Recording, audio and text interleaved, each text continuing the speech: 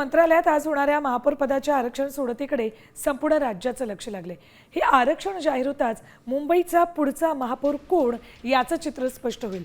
मात्र त्याआधी मुंबईतील 227 नगरसेवकांमध्ये कोणत्या पक्षाकडे कोणत्या प्रवर्गाचे किती संख्याबळ आहे याची गणितं मांडली जात आहेत।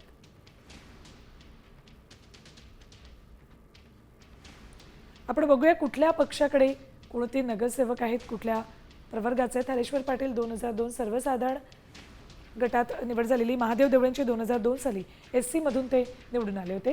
डॉक्टर शुभाराव 2007 मध्ये ओबीसी महिला, श्रद्धा जाधव 2009 मध्ये सर्वसाधारण, तर सुनील प्रभू 2012 मध्ये सर्वसाधारण गटातून महापौर झाले होते। स्नेहल आंबेकर 2014 मध्ये एससी महिला, विश्वनाथ महाडेश्वर सर्वसाधारण 2017, किशोरी पेडणेकर सर्वसाधारण 2020 ही अशा पद्धतीने महापौरांसाठीचं आरक्षण निघालं होतं।